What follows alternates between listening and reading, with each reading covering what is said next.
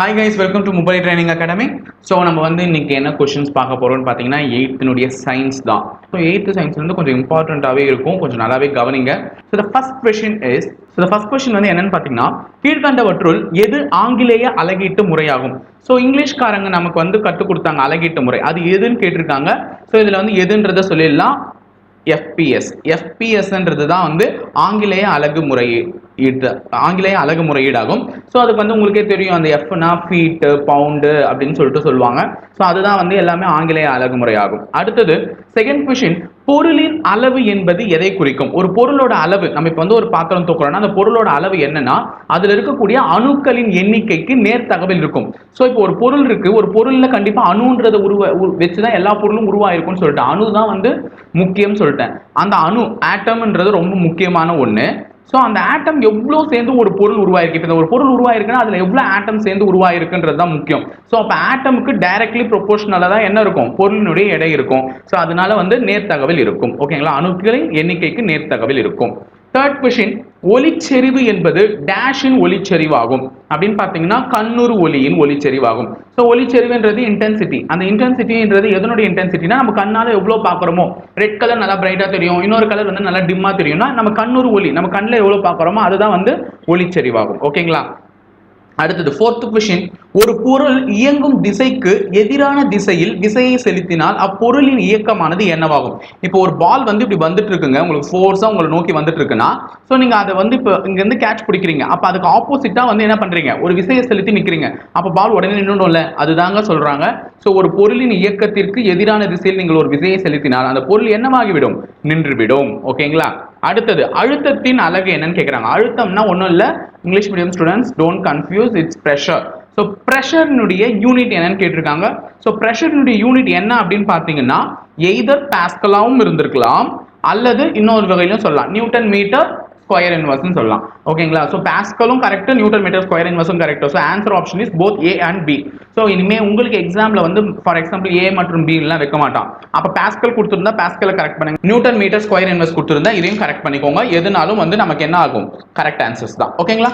Okay, sixth question, pascal விதி இதில் பயன்படுகிறது அப்படின்னு சொல்லியிருக்காங்க. ஸோ பாஸ்கல் விதி எதில் பெரும்பாலும் பயன்படுகிறதுனா அழுத்தத்திற்கு தான்.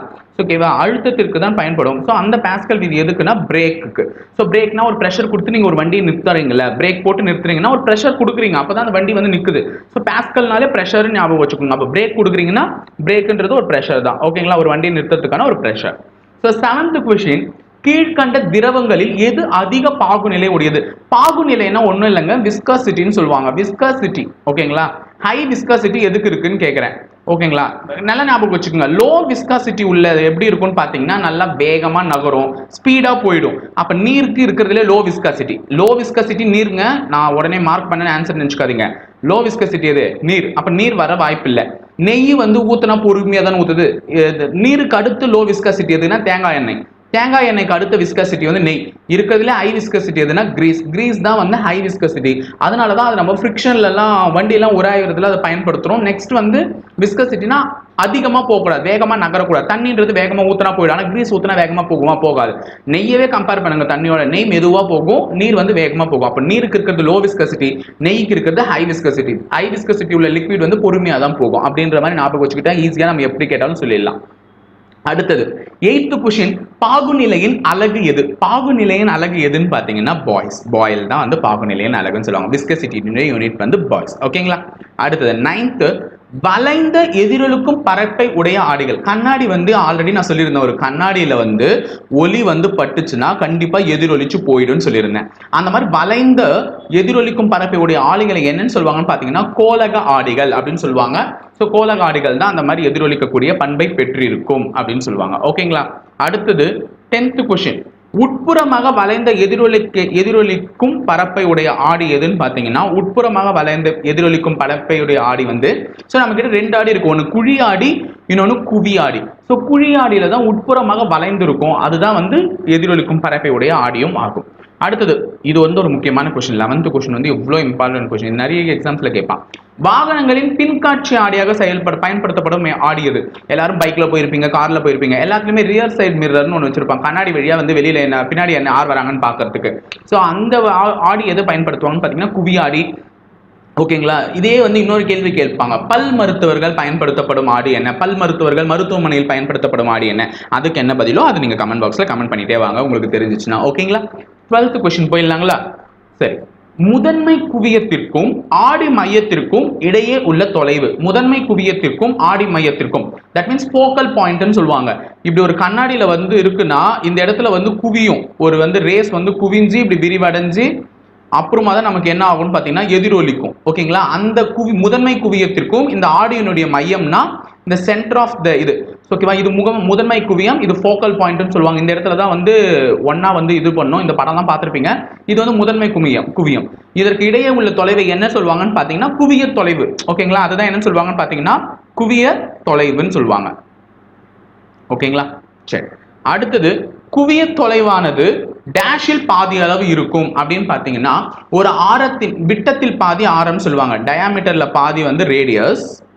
ஸோ டயாமீட்டர்ல பாதி ரேடியஸ், அந்த ரேடியஸ்லையும் பாதி தான் என்னன்னு பார்த்தீங்கன்னா ஃபோக்கல் லென்த். ஓகேங்களா? ரேடியஸ்லையும் பாதி தான் என்னன்னா ஃபோக்கல் லென்த், வளைவு ஆரம். அப்போ குவிய தொலைவான போது டேஷில் பாதி அளவு இருக்கும் பார்த்தீங்கன்னா வளைவின் ஆரத்தில் பாதி அளவு இருக்கக்கூடியது தான் குவிய தொலைவு. ஓகேங்களா?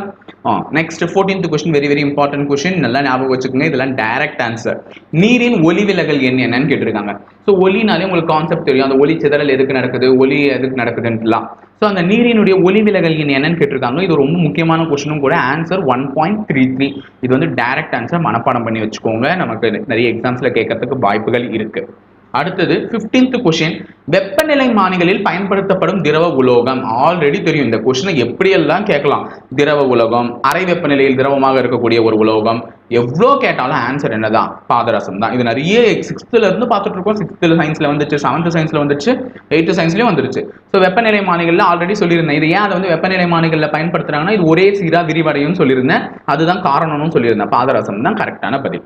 ஓகேங்களா? 16th question போயிடலாங்களா? 16th கொஸ்டின், எந்த தனிமத்தின் பெயர் கோள்களின் பெயரில் இருந்து பெறப்படவில்லை? ஓகேவா? கீழே கொடுத்திருக்கிற இதுல இருந்து சொல்லியிருக்காங்க. ஸோ புளூட்டோல இருந்து வந்ததுதான் புளூட்டோனியம். ஓகேங்களா? இது புளூட்டோ நம்ம பார்த்திருப்போம். அடுத்தது நெப்டியூன்ல இருந்து வந்ததுதான், ஓகேங்களா? நெப்டியூன்ல இருந்து வந்ததுதான் என்னது, நெப்டியூனியம். யுரேனஸ்ல இருந்து பேர் எடுத்ததுதான் யுரேனியம். ஓகேங்களா? அப்ப நமக்கு எது வரல அப்படின்னு பாத்தீங்கன்னா பாதரசம் தான். ஸோ பாதரசம் தான் எந்த ஒரு தனிமத்தில், எந்த ஒரு கோள்களில் இருந்தும் என்ன இல்லை, அதோட பேரை எடுக்கல.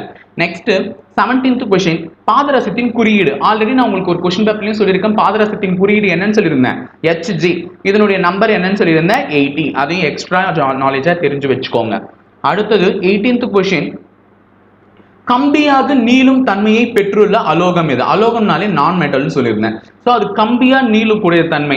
ஆக்சிஜனும் சரி, நைட்ரஜனும் சரி, gas, it's a vapour. So அது வந்து கம்பியா நீளக்கூடிய தன்மையை பெற்று இருக்காது. அது ஈஸியாகவே ஆப்ஷன்ல இருந்து எலிமினேட் பண்ணிடலாம். Next chlorine is a powder வகை. உங்க வீட்டுல எல்லாம் ப்ளீச்சிங் பவுடர் மாதிரி கொட்டுறீங்கல்ல, அதுதான். ஸோ அதையும் வந்து கம்பியெல்லாம் நீளும் தன்மை பெற்று இருக்காது. அப்ப ஆன்சர் என்னதான், கார்பன். கார்பன் இஸ் த நான் மெட்டல். அதுதான் வந்து என்னவா இருக்கும், கம்பியாக நீளும் தன்மையை பெற்றுள்ள அலோகம் ஆகும். அடுத்தது 19th கொஸ்டின், பின்வரும் எந்த தனிமம் குறைந்த திருப்பு தாங்கும் பண்பை கொண்டுள்ளது? பின்வரும் எந்த தனிமம் குறைந்த திருப்பு தாக்கும் பண்பை கொண்டுள்ளது அப்படின்னு பாத்தீங்கன்னா துத்தநாகம். துத்தநாகத்துக்கு தான் அந்த பண்பு இருக்கு. ஓகேங்களா? ஸோ 20th கொஸ்டின், மின்சாரத்தை கடத்தும் அலோகம் எது? இதுவும் எல்லாருக்குமே தெரிஞ்ச ஒரு கொஸ்டின் தான். ஆக்சிஜன் கண்டிப்பா கலத்தாது. 2 அலுமினியம் கொடுத்துட்டு இருக்கேன். ஓகே, இதுல இன்னொரு ஆப்ஷன் வேணா நைட்ரஜன் மாத்திக்கோங்க. ஸோ மின்சாரத்தை எளிதில் கடத்தும் அலோகம் எது அப்படின்னு பாத்தீங்கன்னா கார்பன். கார்பன் தான் வந்து மின்சாரத்தை எளிதில் கடத்தக்கூடிய ஒரு அலோகம் ஆகும். அடுத்தது கரிக்கோல். கரிக்கோல்னா ஒன்றும் இல்லைங்க, பென்சில். கேர்கோல்னு சொல்லுவாங்க, சில பேர் பென்சில்னு சொல்லுவாங்க. பென்சிலில் நடுவில் இருக்கக்கூடிய அந்த கூறு என்ன, நடுத்தண்டில் இருப்பது என்ன? எல்லாருக்குமே சின்ன வயசுல இருந்து தெரியும். அது வைரமா? வைரமா இருந்துச்சுன்னா இன்னைக்கு ஒவ்வொருத்த வீட்டிலும் அவன் பணக்காரன். அப்போ வைரம் கிடையாது, கந்தகமும் கிடையாது, அலுமினியமும் கிடையாது. ஸோ அதில் இருக்கிறது என்னதான், கிராஃபைட். கிராஃபைட்னு நம்ம பார்த்துருப்போம். இந்த கிராஃபைட் தான் பென்சிலுடைய கூறா உற்பத்தி பண்றதுக்கு யூஸ் பண்ணிட்டு இருக்காங்க. நெக்ஸ்ட் 22nd கொஸ்டின், தீக்குச்சி எரிதல் என்பது அடிப்படையிலான வேதிவினைக்கு ஒரு எடுத்துக்காட்டாகும். எதன் அடிப்படையிலான ஒரு வேதிவினைனா, ஸோ தீக்குச்சி எரிதல்ன்றது மின்சாரம் கிடையாது. மின்சாரம் போனாதான் நம்ம தீக்குச்சியை பற்ற வைப்போம். ஸோ மின்சாரம் கிடையாது. தீக்குச்சி வந்து ஒரு வினைவேக மாற்றி கிடையாது, ஒரு ஆக்சிடேஷன் ஏஜென்ட்டாலாம் செயல்படல. ஸோ அது ஒலியும் கிடையாது. அதுல இருந்து ஒலி வரும், ஆனா அது வேதி வினைன்ற போது ஒலி கிடையாது. இயல் நிலையில் சேர்த்தல். ஓகேங்களா? இயல் நிலை, தீக்குச்சியை பத்த வச்சா அதுல இருக்கக்கூடிய காம்பவுண்டால ஒரு வேதிவினை, அந்த சல்ஃபர் நான் போட்டு அந்த தீக்குச்சியை பத்த வைக்கிறேன், பாஸ்பரஸ் யூஸ் பண்றேன். ஓகே, அதை வச்சு பத்த வைக்கும் போது என்ன ஆகும், கண்டிப்பா தீக்குச்சி எரியும். அது இயல் நிலையில் சேர்தல், அதோட ஒரிஜினல் தன்மையை அது அடையுது. எரியிறது தான் அதனுடைய குணம், அதனால எரியுது. ஸோ இயல் நிலையில் சேர்தல் அடிப்படையிலான வேதிவினைக்கு ஒரு எடுத்துக்காட்டாகும் தீக்குச்சி எரிதல். ஸோ 23வது கேள்வி, 23வது கேள்வி, பிரைன் என்பது டேஷின் அடர் கரைசல் ஆகும். அப்ப பிரைன் ஒன்னு இருக்கு, அது எதனுடைய அடர் கரைசல்னு கேட்டிருக்கான். எதனுடைய அடர் கரைசல்னு பாத்தீங்கன்னா சோடியம் குளோரைடு. நம்ம நார்மலா யூஸ் பண்றோம்ல NaCl சொல்றோம்ல, அந்த சோடியம் குளோரைடினுடைய அடர் கரைசல் தான் எது? பிரைன். ஓகேங்களா, பிரைன் என்பது சோடியம் குளோரைடினுடைய ஒரு அடர் கரைசல் ஆகும். அடுத்தது 24th கொஸ்டின், சுண்ணாம்புக்கல் டேஷை முதன்மையாக கொண்டுள்ளது. நமக்கெல்லாம் தெரியும் சுண்ணாம்பு கல்லுன்றதை பார்த்துருப்பீங்க. சுண்ணாம்பு கல்ல எதுங்க இருக்கும்? கால்சியம் இருக்கும். சுண்ணாம்பு கல்னால வெள்ளையா இருக்கும், ஸோ கால்சியம் இருக்கும் கண்டிப்பா. ஸோ கால்சியம் கார்பனேட், அதுதான் வந்து சுண்ணாம்புக்கல் முதன்மையாக கொண்டுள்ளது. ஓகேங்களா, 24th கொஸ்டின் வந்து calcium carbonate. Next 25th question, Haber முறையில், இது ரொம்ப முக்கியங்க, இதுவும் வந்து ஒரு இம்பார்ட்டன்ட் கொஸ்டின், நிறைய கேட்டிருக்கான். ஹேபர் முறையில் அமோனியா தயாரிப்பாங்க. ஸோ அமோனியா தயாரிக்கிற ப்ராசஸ் கூட கேட்பான். அது என்னன்னு பார்த்தீங்கன்னா ஹேபர் முறை, அதையும் நல்லா ஞாபகம் வச்சுக்கோங்க. ஸோ ஹேபர் முறையில் அமோனியா தயாரித்தலில் வினைவேக மாற்றியாக எது செயல்படுகிறது? ஸோ ஹேபர் முறையில் நான் வந்து அமோனியா தயாரிச்சா அதுல வினைவேக மாற்றியாக எது செயல்படும்னா இரும்பு. ஓகேங்களா, இரும்பு தான் செயல்படும். ஸோ 25th கொஸ்டினுடைய ஆன்சர் இரும்பு. நெக்ஸ்ட், பசுமை இல்ல விளைவுக்கு காரணமாகின்றன. ஓகே, எதெல்லாம் வந்து பசுமை இல்ல விளைவுக்கு காரணமாகின்றன? பசுமை இல்ல விளைவுனா ஒன்றும் இல்லை, நம்ம ஃப்ரிட்ஜ்லாம் நார்மலாக யூஸ் பண்றோம்ல, அதுல இருந்து வெளிவரக்கூடிய கேசஸ்லாம் கூட கிரீன் ஹவுஸ் கேசஸ் தான். கிரீன் ஹவுஸ் கேசஸ் தான் அப்படி சொல்லியிருக்காங்க. ஸோ அதுல எதெல்லாம் கிரீன் ஹவுஸ் கேஸ்ன்றதை நம்ம சொல்லிட்டாலே போதும். So carbon dioxide greenhouse gas, correct. மீத்தேனும் ஒரு greenhouse gas. Chlorofluorocarbon CFCன்னு சொல்லுவாங்க. ஸோ அதுவும் வந்து ஒரு கிரீன் ஹவுஸ் கேஸ் தான். அப்ப ஆன்சர் இவை அனைத்தும். ஓகேவா, எல்லாமே பசுமை இல்ல விளைவுக்கு காரணமான ஒன்று தான். அடுத்தது 27வது கொஸ்டின், நுண்ணுயிரிகள் டேஷால் அளவிடப்படுகின்றன. ஸோ நுண்ணுயிரிகளை எப்படி அளவிட, நான் ஆல்ரெடி சொல்லியிருந்தேன் செல்லை எப்படி அளவிடுவாங்கன்னு சொல்லியிருந்தேன். செல்லை வந்து மைக்ரோ, ஓகேவா, செல்லை வந்து மைக்ரோன்னு சொல்லியிருந்தேன், மைக்ரோன்னு அளவிடுவாங்க. இப்போ நுண்ணுயிரிகள்னா இருக்கிறதுல ரொம்ப மைக்ரோ பார்ட்டிகல், அதை எப்படி அளவிடுவாங்கன்னா மைக்ரான். ஓகேங்களா, மைக்ரான்ல தான் அளவிடுவாங்க. ஸோ 27வது கொஸ்டினுடைய ஆன்சர் சி. டேஷ் ஒரு ப்ரோகோரியோட்டிக் நுண்ணுயிரியாகும். இது வந்து ஆல்ரெடி நீங்க 6th சயின்ஸ்லயும் பார்த்திருப்பீங்க. ஸோ டேஷ் ஒரு ப்ரோகோரியோட்டிக் நுண்ணுயிரியாகும் பார்த்தீங்கன்னா bacteria. So bacteria is the prokaryotic நுண்ணுயிரி. ஓகேங்களா, அடுத்தது பாக்டீரியாக்கள் வடிவத்தின் அடிப்படையில் டேஷ் பிரிவுகளாக வகைப்படுத்தப்பட்டுள்ளன. சில பேர் இந்த கொஸ்டினுக்கு வந்து சில புக்ஸ்ல வந்து 2 இருக்கு, சில பேர் 4ன்னு சொல்றாங்க. ஆனா ஒரிஜினல் ஆன்சர் என்னன்னா 5. இது வந்து கூகுள்லயும் சர்ச் பண்ணி பார்த்துட்டோம், NCERT புக்லயும் 5 டைப்ஸ் கொடுத்துருக்காங்க. According to the shapes bacteria classified into 5 types. ஓகேங்களா, ஷேப்பை வச்சு பாக்டீரியா வந்து 5 வடிவத்துல சொல்லுது. ஸோ அது என்னன்றதை நான் எழுதி போட்டுறேன். ஸோ என்னென்னு பார்த்தீங்கன்னா கோக்கஸ் அப்படின்னு சொல்லிட்டு இருப்பாங்க. இப்படி வட்டமா கரெக்டா வட்டமா இருக்கும், அதுதான் ஒரு பாக்டீரியாவினுடைய டைப்பு. ஸோ இன்னொன்று என்னன்னு பார்த்தீங்கன்னா பேசிலியஸ். ஓகேங்களா, இது நம்மளுக்கு எல்லாத்துலேயுமே சொல்லியிருப்பாங்க புக்கில் கூட, நம்ம புக்கில் தான். ஸோ பேசிலியஸ்ன்றது இப்படி தட்டையா எலிப்டிக்கல் ஷேப்ல இருக்கும், அந்த ஷேப்ல சொல்றது. நெக்ஸ்ட் ஸ்பைரிலியம்.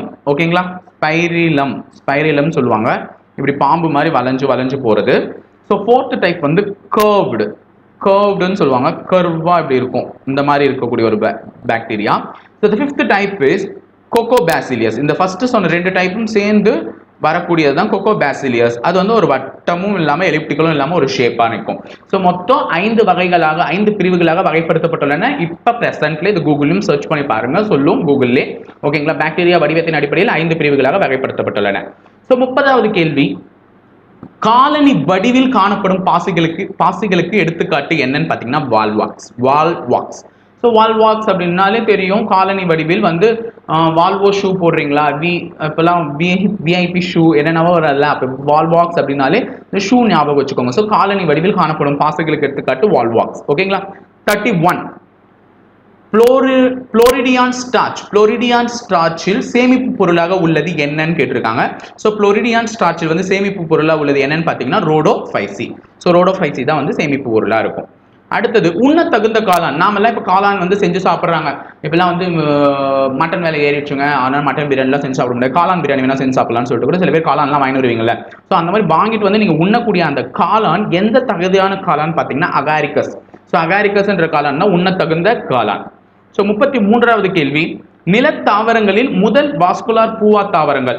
ஸோ நிலத்தாவரங்களில் முதலில் இருக்கக்கூடிய தாவரமும் இதுதான். நிலத்தாவரங்களில் முதல் வாஸ்குலார் பூவா தாவரமும் இதுதான். அப்படி எதுன்னு பார்த்தீங்கன்னா டெரிட்டோஃபைட்டுகள். ஸோ 33வது கேள்வியுடைய பதில் வந்து பார்த்தீங்கன்னா டெரிட்டோஃபைட்டுகள். நெக்ஸ்ட் 34, நன்கு வளர்ச்சி அடைந்த ஸ்போரோபைட்டிக் தாவரம் உடலம் காணப்படுவது. நன்கு வளர்ச்சி அடைந்த ஸ்போரோபைட்டிக் தாவரம் உடலம் காணப்படுவது எதுன்னு பார்த்தீங்கன்னா அதே டெரிட்டோஃபைட்டுகள் தான். டெரிட்டோஃபைட்ல தான் அது காணப்படும். ஓகேங்களா, நெக்ஸ்ட் 35th கொஸ்டின், பெனிசிலின் ஒரு உயிர் எதிர்ப்பொருள். நான் ஆல்ரெடி சொல்லியிருக்கேன், பெனிசிலின்றது ஒரு ஆன்டிபயோட்டிக். இவன் எதிலிருந்து பிரித்து எடுக்கப்படுகிறது? அப்ப பெனிசிலினை தயாரிக்கிறதுக்கு முக்கிய பொருளா இருக்கிறது எது அப்படின்னு பாத்தீங்கன்னா பூஞ்சைகள். பாக்டீரியால இருந்து தான் நம்ம வந்து பெனிசிலின் தயாரிச்சுட்டு இருக்காங்க. ஓகேங்களா? பாக்டீரியால இருந்து தான் பெனிசிலின்ற ஒரு ஆன்டிபாடியை வந்து நமக்கு தயாரிச்சுட்டு இருக்காங்க. Next 36th question. டேஷ் என்பது உறுதியான தடித்த வெண்ணிற உரையாக அமைந்த கண்ணின் உள்பாகங்களை பாதுகாக்கிறது. ஓகேங்களா? நம்ம கண்ணில் இருக்கக்கூடிய உள்பாகத்தை பாதுகாக்கக்கூடியது ஒரு என்னன்னு பாத்தீங்கன்னா ஸ்க்ளீரா. ஓகேங்களா? ஸ்க்ளீரா அதுதான் வந்து நம்ம கண்ணில் இருக்கக்கூடிய தடித்த வெண்ணிற உரையான அமைந்து கண்ணின் உள்பாகங்களை நமக்கு காத்துட்டு இருக்கு. Next 37th question. காற்றிலா அல்லது ஆக்சிஜன் சூழலில் குளுக்கோஸ் சிதைவடைந்து டேஷை கொடுக்கும். குளுக்கோஸ்ன்றது வெள்ளை கலர்ல இருக்கும். ஸோ குளுக்கோஸ் வந்து நீங்க குடிச்சு பார்த்துருப்பீங்க, தித்திப்பா தான் இருக்கும். அப்போ வந்து அது புளிப்பு தன்மை இல்லை. ஸோ சிட்ரிக் அமிலம் வராது அதுல இருந்து. ஓகேங்களா? ஸோ நைட்ரிக் அமிலம் விஷம், அதுவும் வராது. அசிட்டிக் அமிலமான அதுவும் இல்லை. ஸோ அதுல இருந்து கிடைக்கக்கூடியது லாக்டிக் அமிலம். ஏன்னா ஆல்ரெடி நம்ம பாலில் பார்த்துருப்போம், பாலில் லாக்டிக் தான் இருக்கும். ஸோ குளுக்கோஸும் வெள்ளையா இருக்கும். அதுவும் வந்து சிதைவடைஞ்சிச்சுன்னா என்னதான் ஆகும்? லாக்டிக் அமிலத்தை தான் நமக்கு கொடுக்கும். So 37th answer A lactic அமிலம். ஸோ 38 வாயு பரிமாற்றமானது நுரையீரலுக்கு உள்ளேயும் வெளியேயும் நடைபெறும் நிகழ்விற்கு டேஷ் என்று பெயர். ஸோ நுரையீரல் வழியாக தான் நம்ம என்ன பண்றோம்? சுவாசிக்கிறோம். ஸோ அப்போ வந்து வெளியே உள்ளேயும் போனோம் வெளியேயும் வருதுன்னா அதுக்கு பேர் என்ன? சுவாசம். உட்சுவாசம் வெளி சுவாசம்லாம் இல்லை, வெறும் சுவாசம். ஓகேங்களா?